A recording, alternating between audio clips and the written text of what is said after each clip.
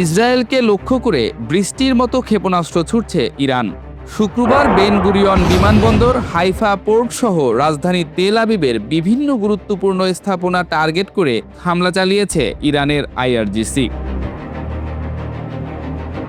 রাতভর সাইরেন আর বিস্ফোরণের শব্দে আতঙ্কিত হয়ে পড়েছে ইসরায়েলের বড় শহরগুলো। তেল আবিব, হাইফা এবং আশদোদর আকাশে দেখা গেছে একের পর এক ব্যালিস্টিক মিসাইল ও ড্রোনের বিস্ফোরণ। ইসরায়েলের আকাশ প্রতিরক্ষা ব্যবস্থা, আয়রন ডোম, ডেভিড স্লিং এবং অ্যারো সিস্টেম সক্রিয় থাকলেও সব মিসাইল ঠেকানো সম্ভব হয়নি বলে জানিয়েছে বিভিন্ন নিরাপত্তা সূত্র। ইরানের আইআরজিসি দাবি করেছে এই হামলায় তারা ব্যবহার করেছে তাদের দূরপাল্লার ব্যালিস্টিক মিসাইল এবং আক্রমণাত্মক ড্রোন।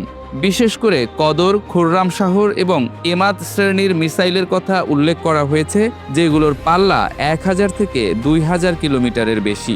এসব মিসাইলের লক্ষ্যবস্তু ছিল ইসরায়েলের সামরিক অবকাঠামো, বিমান ঘাঁটি এবং গুরুত্বপূর্ণ বন্দর স্থাপনাগুলো।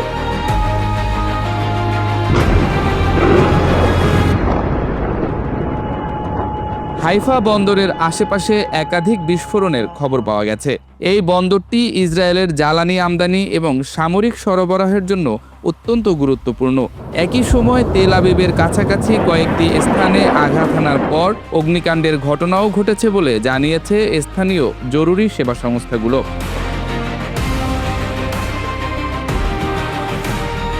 ইসরায়েলি কর্তৃপক্ষ জানিয়েছে দেশের বিভিন্ন এলাকায় জরুরি অবস্থা জারি করা হয়েছে এবং সাধারণ মানুষকে বাংকারে আশ্রয় নিতে বলা হয়েছে।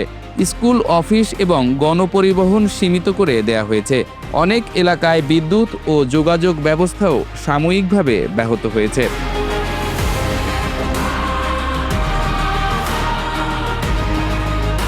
বিশ্লেষকদের মতে এই হামলা কেবল প্রতিশোধমূলক আঘাত নয়, বরং একটি কৌশলগত বার্তা। ইরান দেখাতে চাইছে যে তারা চাইলে ইসরায়েলের ভেতরের গুরুত্বপূর্ণ অর্থনৈতিক ও সামরিক অবকাঠামো সরাসরি লক্ষ্যবস্তুতে পরিণত করতে পারে। একই সঙ্গে আকাশ প্রতিরক্ষা ব্যবস্থাকে চাপে ফেলতে বিপুল সংখ্যক ক্ষেপণাস্ত্র একসঙ্গে নিক্ষেপ করা হচ্ছে।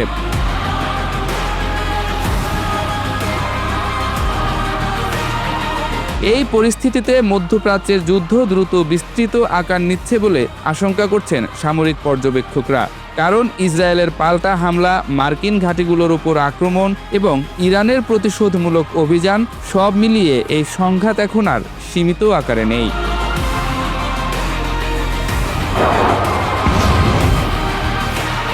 মধ্যপ্রাচ্যের আকাশে এখন প্রতিদিনই দেখা যাচ্ছে আগুনের রেখা, আর সেই আগুনের রেখাই নতুন করে প্রশ্ন তুলছে, এই ক্ষেপণাস্ত্র যুদ্ধ কি কেবল শুরু, নাকি মধ্যপ্রাচ্য আরও বড় এক সংঘাতের দিকে এগিয়ে যাচ্ছে।